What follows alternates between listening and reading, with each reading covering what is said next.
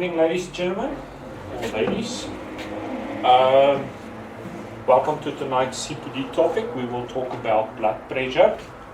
So tonight we will just basically discuss blood pressure. We're not going to discuss how do you take a blood pressure. I take it all of you are healthcare professionals. You all know how to take a blood pressure. Put a cuff on, inflate it, get a reading.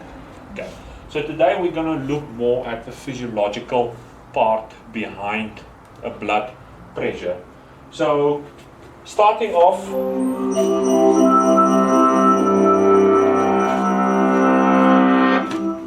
if you lined up all the blood vessels in your body, they'd be 95,000 kilometers long.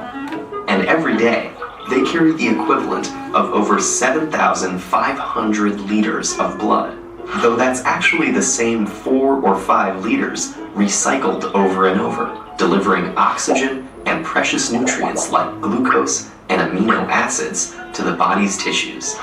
All that blood exerts a force on the muscular walls of the blood vessels. That force is called blood pressure, and it rises and falls with the phases of the heartbeat. It's highest during systole, when the heart contracts to force blood through the arteries. This is your systolic blood pressure. When the heart is at rest between beats, blood pressure falls to its lowest value, the diastolic pressure. A typical healthy individual produces a systolic pressure between 90 and 120 millimeters of mercury, and diastolic pressure between 60 and 80. Taken together, a normal reading is a bit less than 120/80. The blood traverses the landscape of the body through the pipes of the circulatory system. In any plumbing system, several things can increase the force on the walls of the pipes: the properties of the fluid, extra fluid, or narrower pipes. So if the blood thickens, a higher pressure is needed to push it, so the heart will pump harder. A high salt diet will lead to a similar result. The salt promotes water retention, and the extra fluid increases the blood volume and blood pressure. And stress, like the fight or flight response, releases hormones like epinephrine and norepinephrine that constrict key vessels, increasing the resistance to flow and raising the pressure upstream.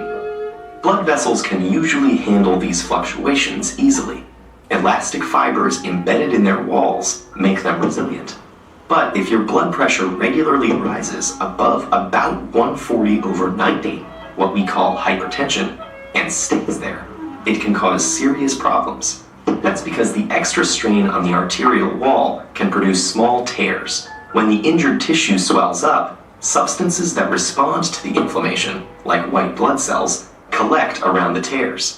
Fat and cholesterol floating in the blood latch on too, eventually building up to form a plaque that stiffens and thickens the inner arterial wall. This condition is called ATHEROSCLEROSIS, and it can have dangerous consequences. If the plaque ruptures, a blood clot forms on top of the tear, clogging the already narrowed pipe. If the clot is big enough, it can completely block the flow of oxygen and nutrients to cells downstream. In vessels that feed the heart, that will cause a heart attack when oxygen-deprived cardiac muscle cells start to die. If the clot cuts off blood flow to the brain, it causes a stroke. Dangerously clogged blood vessels can be widened by a procedure called an angioplasty. There, doctors thread a wire through the vessel to the obstructed site, and then pass a deflated balloon catheter over the wire. When the balloon is inflated, it forces the passageway open again. Sometimes a rigid tube called a stent is placed in the vessel to help hold it open, letting the blood flow freely to replenish the oxygen-starved cells downstream. Staying flexible under pressure is a tough job for arteries. The fluid they pump is composed of substances that can get sticky and clog them. And your typical healthy heart beats about 70 times a minute, and at least 2.5 billion times during an average lifetime.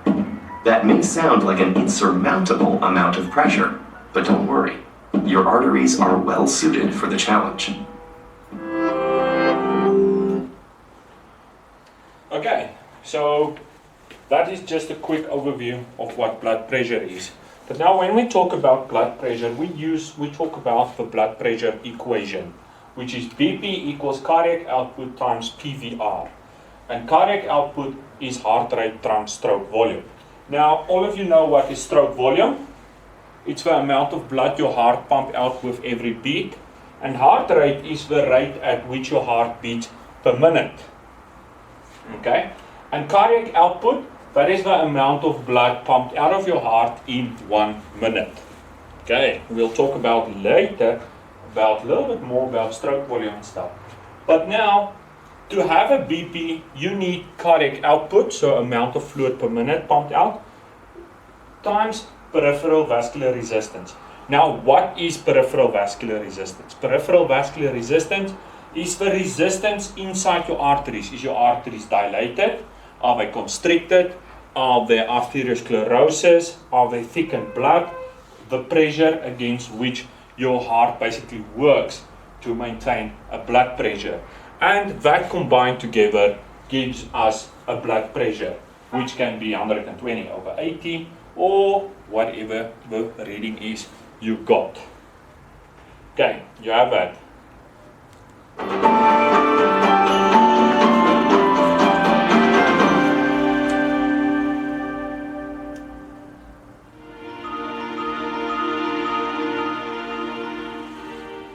Systole and diastole. Systole and diastole are two terms that you'll hear about the heart.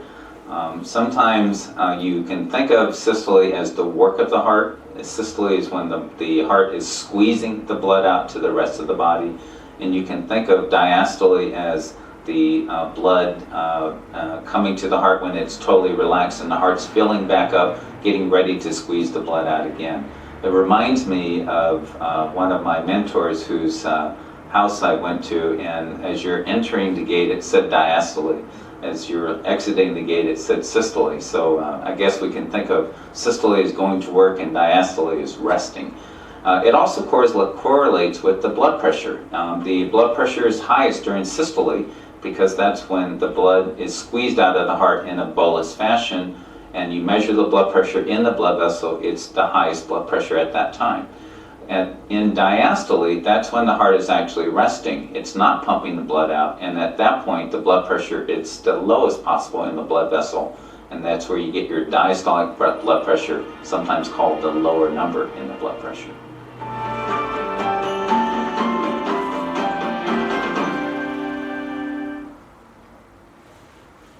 Okay, so BP, as this Dr. Al has said, diastole and systole, but we'll talk about now about BP. So the definition of blood pressure is the pressure which is exerted on the blood vessel by the blood inside. So that gives us our diastolic and systolic reading. Now when the ventricle contracts, specifically when the left ventricle contracts, and it pumps out blood through the aorta and through the body and wherever we take a blood pressure. Most common place we take a blood pressure is the brachial artery, where we take our blood pressure.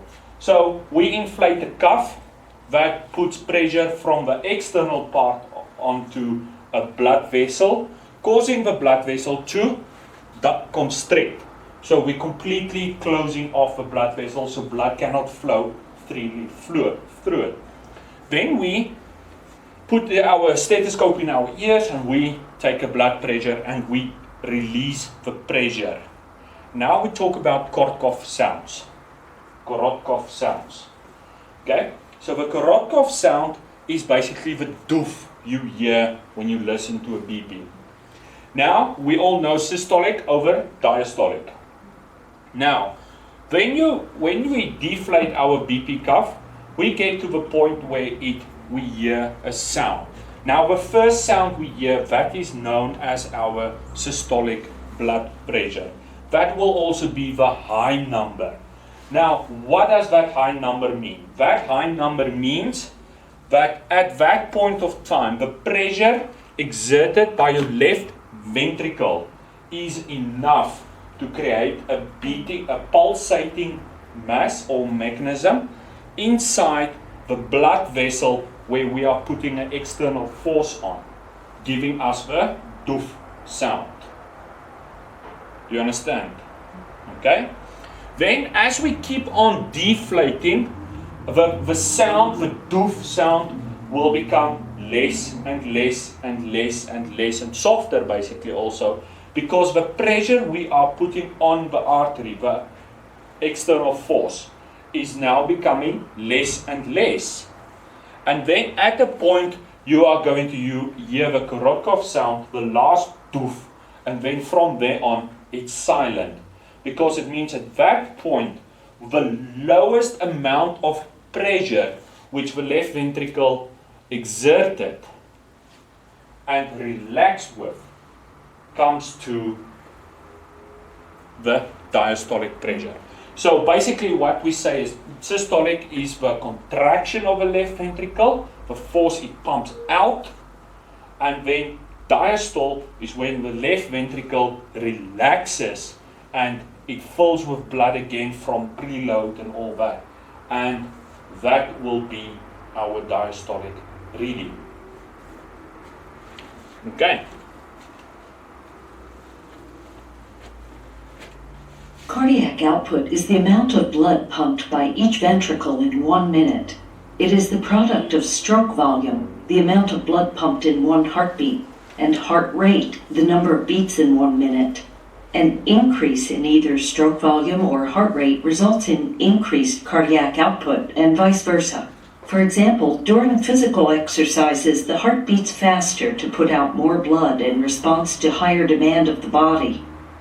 It is noteworthy that the ventricles do not eject all the blood they contain in one beat. In a typical example, a ventricle is filled with about 100 milliliters of blood at the end of its load, but only 60 milliliters is ejected during contraction. This corresponds to an ejection fraction of 60%. The 100 milliliters is the end diastolic volume, or EDV. The 40 milliliters that remains in the ventricle after contraction is the end systolic volume, or ESV. The stroke volume equals EDV minus ESV and is dependent on 3 factors: contractility, preload, and afterload. Contractility refers to the force of the contraction of the heart muscle. The more forceful the contraction, the more blood it ejects. Preload is related to the end diastolic volume. Preload, by definition, is the degree of stretch of cardiac myocytes at the end of ventricular fill-in. But since this parameter is not readily measurable in patients, EDV is used instead. This is because the stretch level of the wall of a ventricle increases as it's filled with more and more blood, just like a balloon. The more air it contains, the more stretched it is. According to the Frank-Starling mechanism, the greater the stretch, the greater the force of contraction. In the balloon analogy, the more inflated the balloon, the more forceful it releases air when deflated. Afterload, on the other hand, is the resistance that the ventricle must overcome to eject blood. Afterload includes 2 major components: vascular pressure. The pressure in the left ventricle must be greater than the systemic pressure for the aortic valve to open. Similarly, the pressure in the right ventricle must exceed pulmonary pressure to open the pulmonary valve. In hypertension, for example, higher vascular pressures make it more difficult for the valves to open, resulting in a reduced amount of ejected blood. Damage to the valves, such as stenosis, also presents higher resistance and leads to lower blood output. Okay, so coming back to preload. What is preload? Preload is the force of the pressure against which the ventricles fills with blood. Like the diagram just showed, your ventricle fills with roughly 100 ml of blood. Now when the heart contracts and it pumps out 60% ejection fraction. So that means 40 ml of blood stays behind in the heart. Now that 40 ml is the preload. So this is the amount of force or pressure against which the heart refills. Okay. Then afterload is the force or pressure against which the ventricles pump blood out. So again, is the blood vessel constricted? Is it dilated? Is there arteriosclerosis? Or is there ATHEROSCLEROSIS, which basically causes a blockage of blood flow? Or, yeah, and that, as she also talked about hypertension, so basically if a patient is hypertensive, afterload will be increased because the heart has to work harder to work against, to pump the blood which is in the heart, to pump it out. And that will give you a hypertensive reading. So Frank Starling's law might be new for some of you. Now Frank Starling's law basically says, the greater the stretch, the more forceful the contraction will be. So if you take a rubber band and you pull that rubber band and you hold it against somebody and you let go over one side, it's going to hurt that person because we just stretched it and it's going to release with a certain amount of force causing pain. But if we take the rubber band and we only pull it slightly and we let go, the person which you are trying to shoot with the rubber band might not even feel it. Okay? So the more force you put on it, the greater the pain will be, and the less force you will the less pain it will be. So basically Frank Starling's law is why our heart pumps out blood.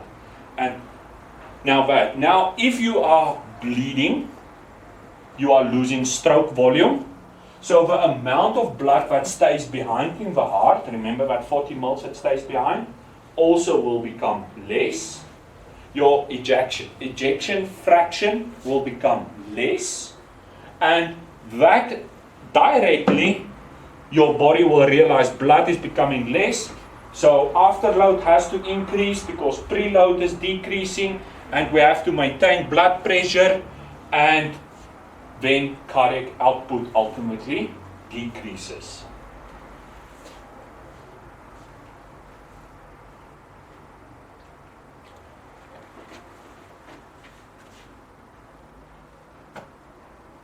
Hi guys, it is Tammy with Nurse Minder, and today we're going to be talking about the elements that help to create and maintain our blood pressure. Specifically, we'll be looking at the 3 things that influence blood pressure and the 2 systems in our body that help us to maintain it. And we're going to take care of all of that right after this.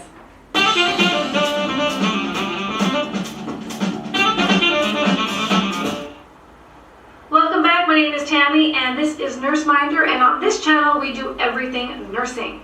So if you're new here, consider subscribing below so that you get the next video when it's released.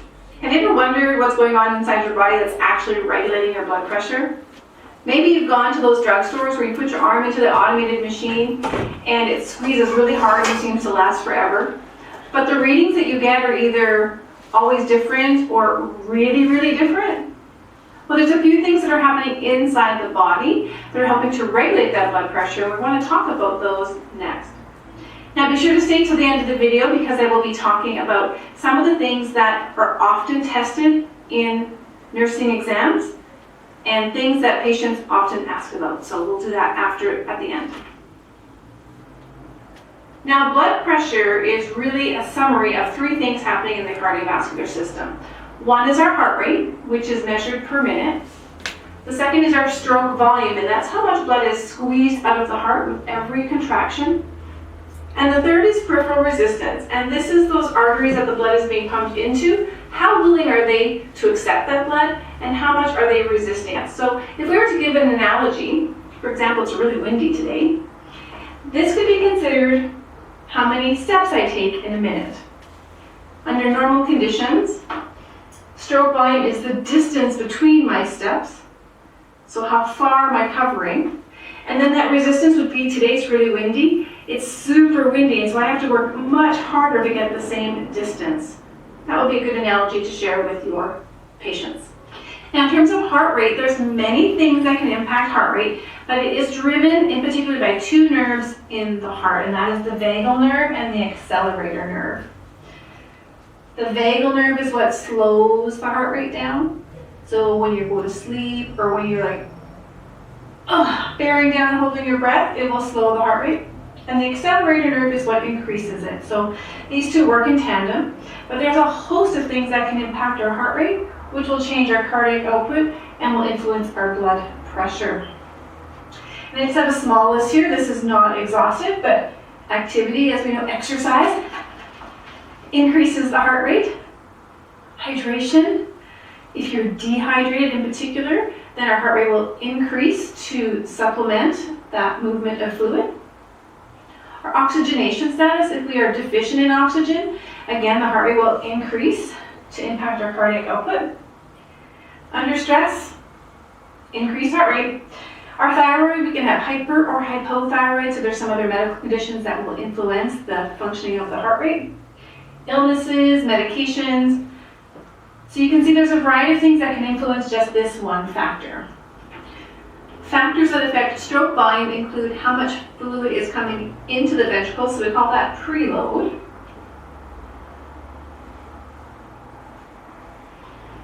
And then the heart's ability to actually contract strong enough to eject that fluid out. So potentially, you maybe have heard people who have heart failure or increased heart size. Those are things that would affect stroke volume. So ventricular hypertrophy would be an example. And then factors that influence peripheral resistance. So this is the afterload. This is the pressure that the heart needs to generate in order to pump that blood out. So I'm going to write afterload. But this would be the vessel size and how willing it is to accept it. So how compliant is it?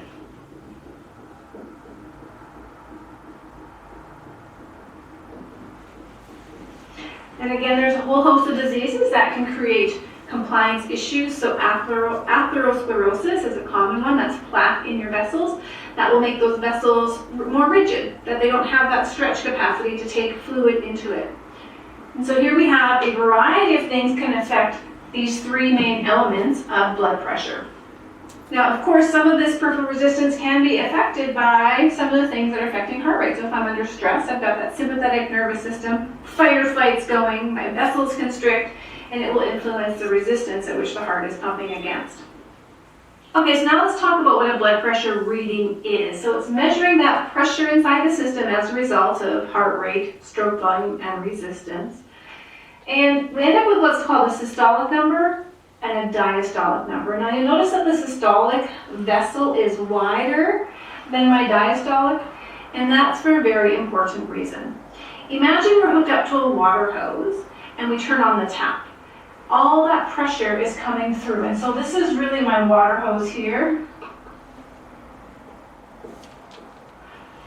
And it's turned on and we have maximum pressure in here. So if you were to go and step on that garden hose, you wouldn't be able to really manipulate it because it's full and it's tense. When you turn the tap off, the pressure goes down, but it doesn't eliminate the water that stays in the hose or in the vessel. There's still some water there. And this would be our diastolic pressure. So systolic is the amount of pressure in the vessel when it is in contraction. And diastolic is when the vessel is relaxed. You'll hear a lot about these numbers, 120/80. Now I know there's been a lot of changes recently with the guidelines for high blood pressure, but typically 120 and less is considered normal for systolic, and 80 or less is considered normal for diastolic.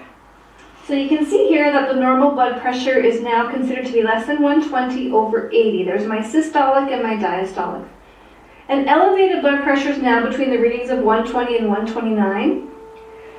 Hypertension is when we now see a reading of 130 to 139, and we're starting to see changes in our diastolic, so 80 to 89 milligrams of mercury. Stage 2 hypertension is anything greater than 140 over 90 diastolic or higher. Okay, now the other two systems that are working in our body to help us maintain our blood pressure are what's known as baroreceptors and the renin-angiotensin-aldosterone system. Now I'm going to talk about this in another video, but just to give you an overview of these two systems, the baroreceptors are measuring pressure, so the stretch that exists in those vessels, and in particular there's two places.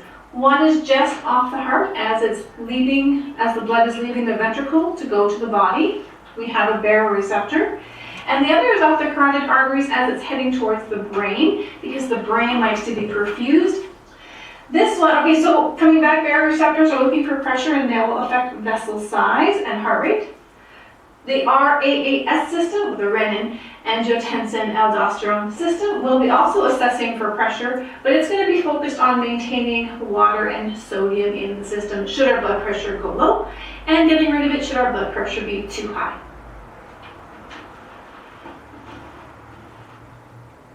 Okay, so coming to the critical part, what is blood pressure and how is it working in your body?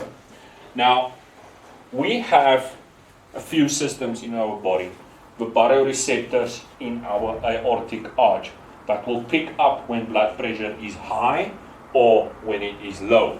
When it is high or low, it will send an impulse to the body to say, listen here guys, BP is abnormal, let's call it abnormal, and then it needs to be fixed. So your body will do a few things to fix it. Starting off, the first thing it will do is increase afterload. So increasing PVR. So your body will do blood vessel vasoconstriction of the blood vessels, and then because it's constricted, blood that flows through that maintains a specific pressure, and then it will be systematically over the whole body. And then, but if you have something now like ATHEROSCLEROSIS that basically focuses on one specific area, so only that area will create hypertension, and it will create, and it can cause a pushback of hypertension throughout your whole body. That is why when people with excessive cholesterol or excessive cardiac plaque, when you take their blood pressure tends to be higher because of a pushback of fluid into the circulatory system. And then we have the PNS and SNS that also affect the heart rate. PNS, peripheral parasympathetic nervous system. So the parasympathetic nervous system, like some of you would know this, is the rest and digest system of your body. So as the video said, the vagal and accelerator nerves. The parasympathetic nervous system will, via the vagal nerve, decrease heart rate. So if heart rate decreases, blood pressure also will become higher, because the heart has more time to fill with blood and will have more ejection fraction capability. But in a SNS, sympathetic nervous system, the heart rate will be increased because now it's an accelerator. So heart rate will be increased, so now blood pressure tends to drop. Okay? And this is because the heart is beating so fast that it does not have time for adequate refilling, and ejection fraction becomes decreased.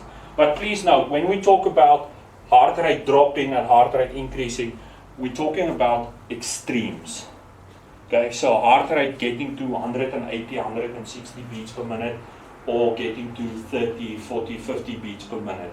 Okay, now this is also in a healthy person. That person is not bleeding, he's not sick, he's not whatever, he's now in a resting state, or he is in an active state, that the heart rate will have greater effect. If a person has any medical emergency, obviously with even a slower heart rate, you can have hypotension. With bradycardia, you can have hypotension. With tachycardia, you can have hypertension. But that is because the tachycardia is effective enough to maintain blood pressure. Even so effective that it might be an elevated blood pressure. So it's not hypertensive in the word hypertensive, but it's more an elevated BP. Okay, normal to elevated. And then in a decreased heart rate in bradycardia, basically the heart beats so slow that it has enough time for the filling, but there is only a X amount of blood that can go into the heart, and only that amount of blood can be beat out. Like, let's say for instance, this person has been bleeding now for quite a while, has a major open femur wound, which is bleeding effectively, and at some point of time, the heart is going to get to the point and say, you know what, I can't maintain this heart rate anymore, I'm going to slow down, I'm going to rest now. So the heart starts beating slower, so blood pressure initially increases, and then because you're constantly bleeding, you're still bleeding, nobody has put a plug on the wound. Now you're losing a lot of blood, and now blood pressure starts dropping. Okay? Now, our body has stroke volume.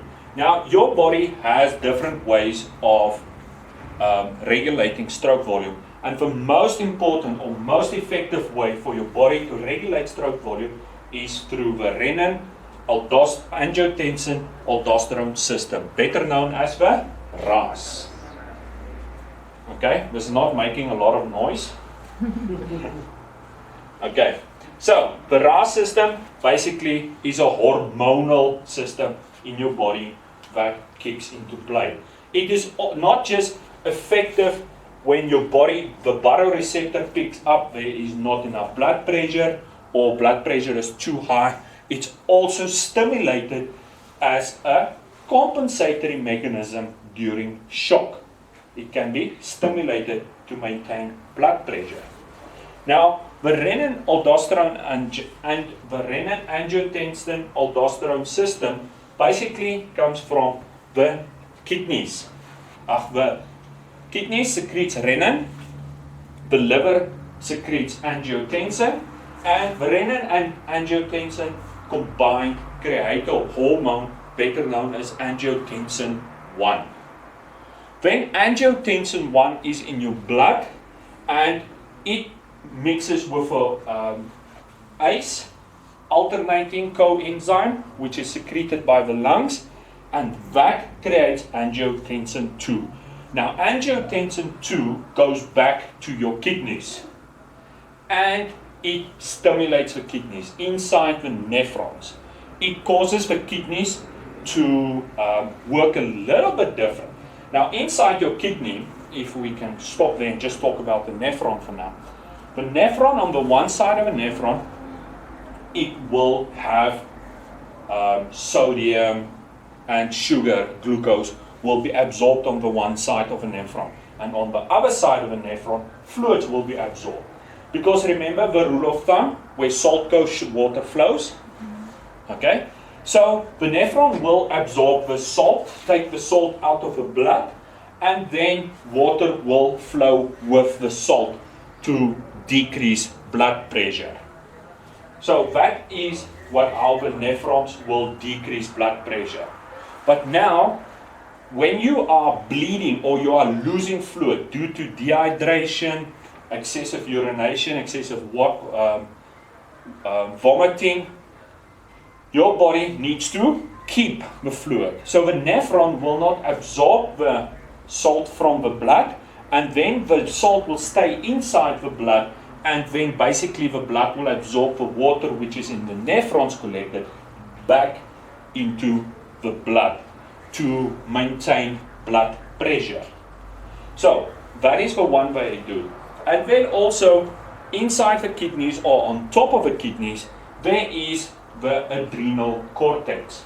Now the adrenal cortex secretes aldosterone or corticosteroids and norepinephrine, or better known as adrenaline, like we tend to call it on the road.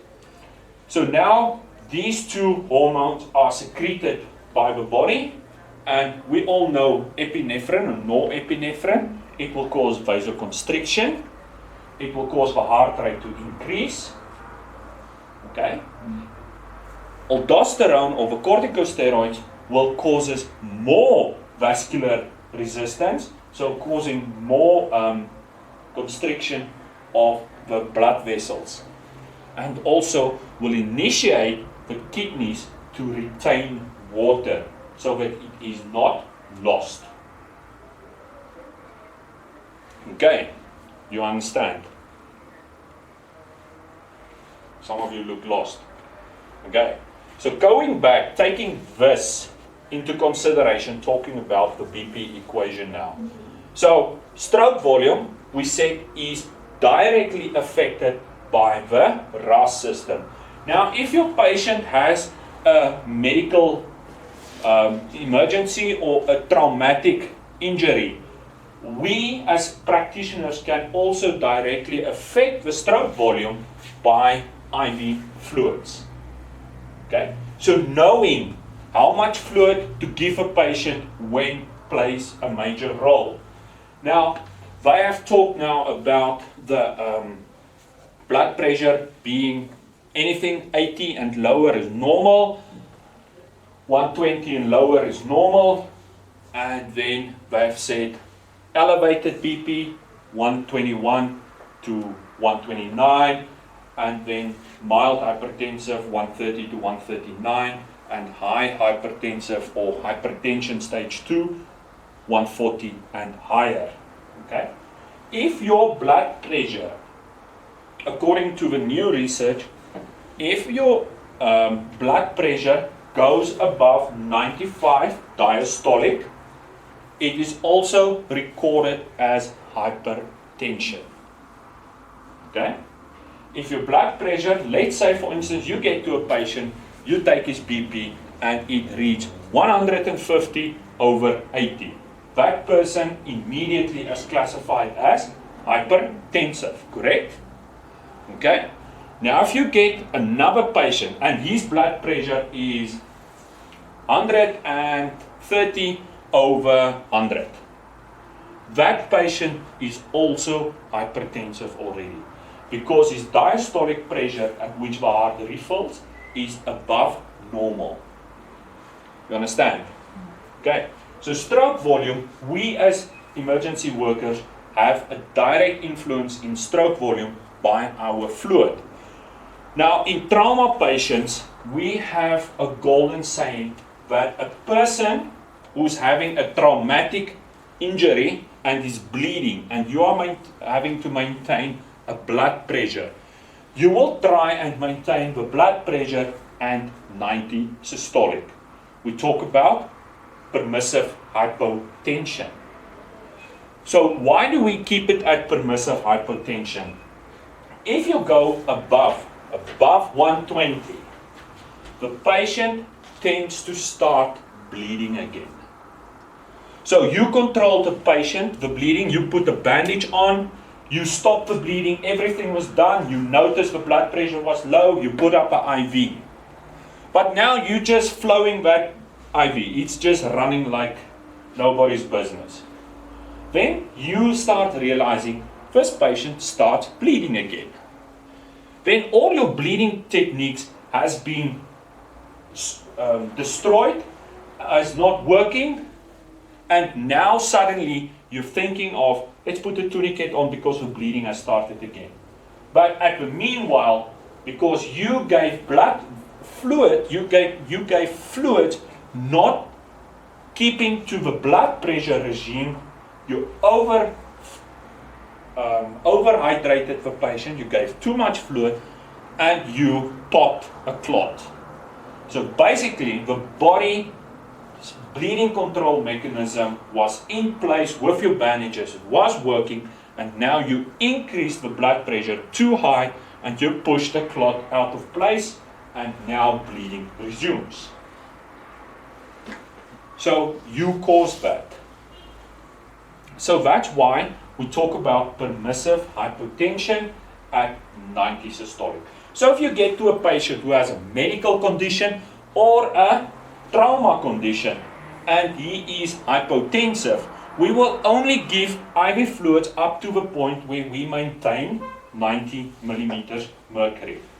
It gives us a little play, so if your BP suddenly spikes or your fluid runs for uncontrollably a little bit too fast, so you're not immediately at the 120, you still have a range to go. Now, on that same note, when you have a head injury patient, you cannot keep a head injury patient's blood pressure at 90 millimeters mercury. It's a little bit too low. It doesn't maintain MAP. MAP, mean arterial pressure. So the pressure in the arteries supplying the mean arterial pressure. Okay. So when we have a head injury patient, our blood pressure will be maintained at 110 to 120 millimeters mercury. So that becomes your golden aim. Okay, 110 to 120. Because that keeps a mean arterial pressure of 83 to 85 mean arterial pressure BP. And that is the golden standard for head injury patients. But now, our body has to go through a few changes to get our blood pressure to that point. So, how do we keep BP? So, cardiac output is heart rate times stroke volume. So, we just said how we're going to maintain stroke volume.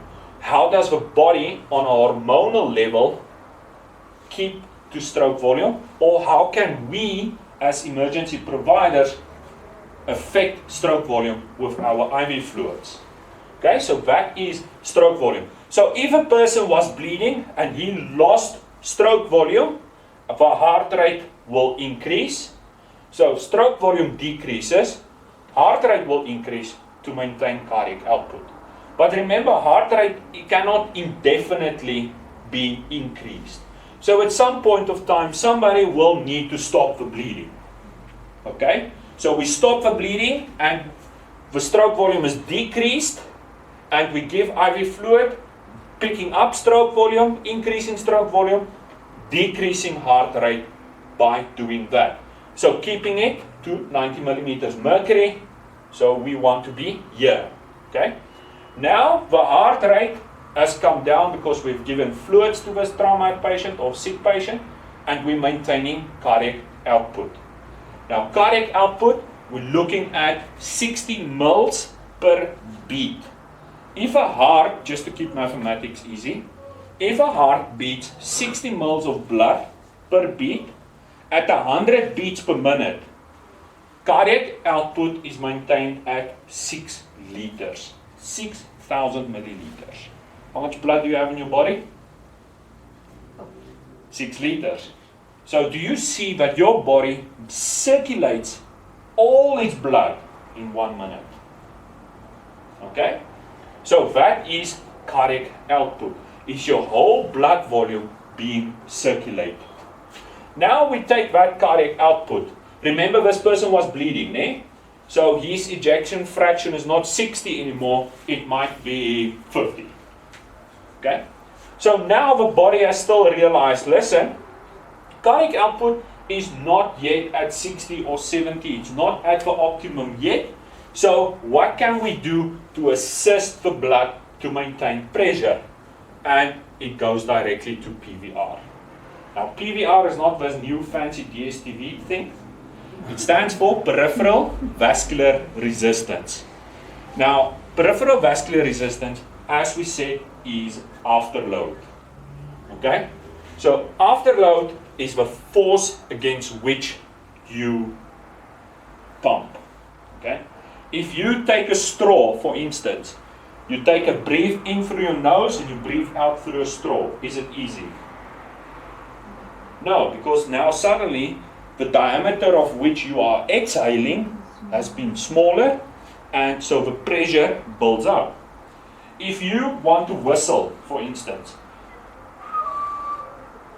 if you put your lips into a motion that you want to kiss somebody or whistle, and you blow out, you feel air pushing back into your pharynx and down to your lungs. Now that is peripheral vascular resistance. You have increased the resistance, so pressure will back up into the circulatory system and giving you a higher blood pressure. So this system can work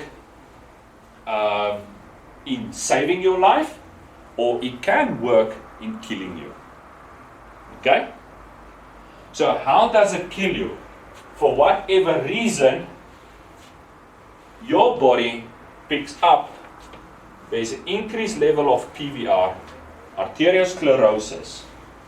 It starts increasing your blood pressure, or it happened in your brain. So now blood pressure is increased, and that increased blood pressure, that hypertension, can eventually cause you to die. You can get a stroke, you can get a heart attack. You can get cardiogenic shock, or you can get congestive heart failure because of uncontrollable hypertension. So all of this is regulated through the pituitary gland, the master gland, regulating everything. And when something goes wrong, it goes wrong horribly. And usually, we all sit here, who of us is hypertensive? Okay, so how did you find out you are hypertensive? You went to the doctor took your blood pressure on an annual checkup, and he saw your blood pressure was a little bit high. And he told you, please come back tomorrow, after asking a lot of questions. So he takes your blood pressure over a couple of days, and he sees at different times the blood pressure is high. It doesn't come down. Then the doctors diagnose you with hypertension. Then they give you medication to work that hypertension. Now, as the hypertension is treated, all of the system will start coming back to normal. But if you revert back on the medication, you don't use the medication, the system becomes affected again. And then you become hypertensive. Do you understand? Some of you look a little bit lost. Do you have questions?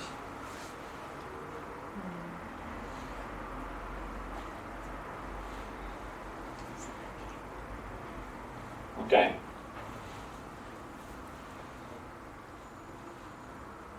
So, quickly wrapping it up,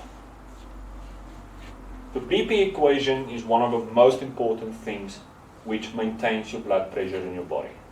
Okay? If the one goes down, the other one has to go up to compensate for that deficiency. And if both goes down, you have a problem. Or both goes up, you also have a problem, which can lead to either hypo or hypertension. Then also, nervous system response can have an effect. That is why head injury patients usually tend to be bradycardic and hypertensive, because of the neurological effect they're having. Okay, and then the RAS system is what your body will use in the early stages, will use this system to maintain blood pressure. But if the injury or the disease is not correctly addressed, it becomes problematic again. Okay. Please note that the videos used in the presentation is not my property. I have taken it from YouTube with a very good friend help from YouTube Downloader. So I've downloaded the videos to make it a little bit more interesting so that you don't hear only me talking. Okay, then we'll call that a night. So thank you very much for coming.